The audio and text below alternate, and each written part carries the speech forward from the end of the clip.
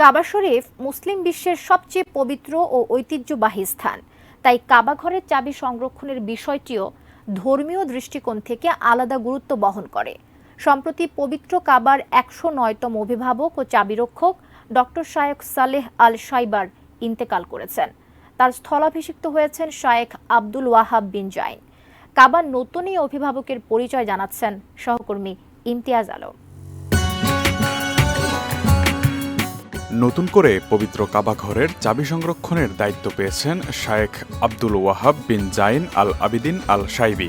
২৪ June সোমবার আনুষ্ঠানিকভাবে তার হাতে পবিত্র কাবা ঘরের চাবি তুলে দেওয়া হয়। মসজিদুল হারাম ও মসজিদে নববী ভিত্তিক ওয়েব পোর্টাল হারামাইন শরীফাইনের এক খবরে এই তথ্য নিশ্চিত করা হয়েছে। এর আগে ২২ জুন শনিবার ইন্তেকাল করেন পবিত্র কাবা ঘরের চাবিরক্ষক ডক্টর শায়েখ সালেহ আল শাইবা। তার ইন্তেকালের পর পবিত্র কাবা ঘরের নতুন অভিভাবক মনোনীত করা হয়েছে ৭৮ বছর বয়সী শায়েখ আব্দুল ওয়াহাব বিন জাইন আল আবিদিন আল শাইবিকে।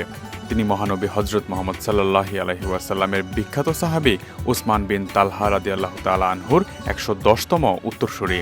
জাহেলি যুগ ও ইসলাম পরবর্তী যুগ উভয় সময়ই মক্কার কাবা শরীফের তত্ত্বাবধায়ক ও চাবির রক্ষক ছিলেন উসমান ইবনে তালহা ও তার পূর্বপুরুষ এবং বংশধরেরা।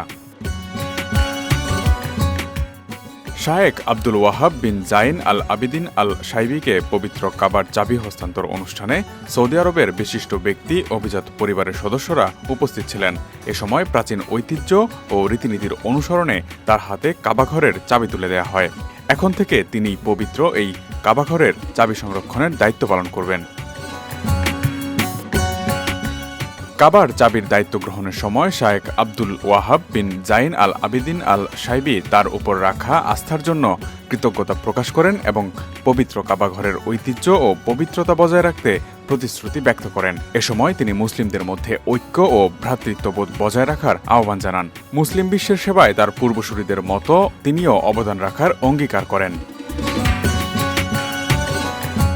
আল শাইবা পরিবার বংশ পরম্পরায় পবিত্র কাবা রক্ষার সম্মানিত দায়িত্ব পালন করছেন, যা বিশ্বব্যাপী মুসলমানদের কাছে তাদের সম্মানিত করেছে। প্রসঙ্গত, জাহেলি যুগ থেকেই কাবাঘরের চাবি শাইবা গোত্রের কাছে সংরক্ষিত থাকত। মক্কা বিজয়ের দিন রাসূলুল্লাহ সাল্লাল্লাহু আলাইহি সাল্লাম নিজেই ওই গোত্রের উসমান ইবনে তালহা রাদিয়াল্লাহু তাআলা আনহুর কাছে চাবি হস্তান্তর করে তাকে সম্মানিত করেন। বিশ্বমানের থার্মিক্স রড, সালাম স্টিল থার্মিক্স, দেশের একমাত্র থার্মিক্স রড। চাবি হস্তান্তরের সময় রাসূলুল্লাহ সাল্লাল্লাহু আলাইহি সাল্লাম বলেন, এখন থেকে এই চাবি তোমার বংশধরের হাতেই থাকবে একেবারে কিয়ামত পর্যন্ত। তোমাদের হাত থেকে এই চাবি কেউ নিতে চাইলে সে হবে জালিম। তখন থেকেই এই ধারা এখনো চলমান। উসমান ইবনে তালহা রাদিয়াল্লাহু তাআলা আনহুর বংশধরেরা পর্যায়ক্রমে চাবি বহন করে আসছেন পবিত্র এই কাবাঘরের। তাদের কাছ থেকে চাবি নিয়েই বিভিন্ন সময় সৌদি আরবের বাদশাহ এবং গণ্যমান্য ব্যক্তিবর্গ পবিত্র কাবাঘরে প্রবেশ করে থাকেন। তারাই কাবার দরজা খুলে দেন।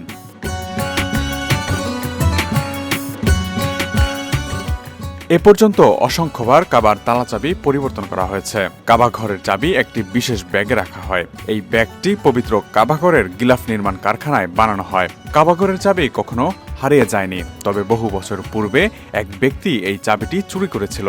পরে তাকে গ্রেফতার করা হয় এবং তার কাছ থেকে কাবা ঘরের পবিত্র চাবি ফেরত নেওয়া হয়।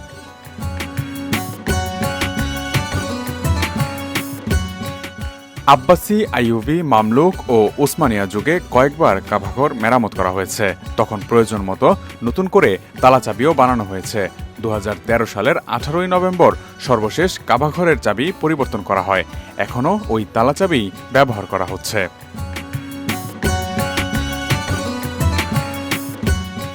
Imtiaz Alam, desk report, ATN news.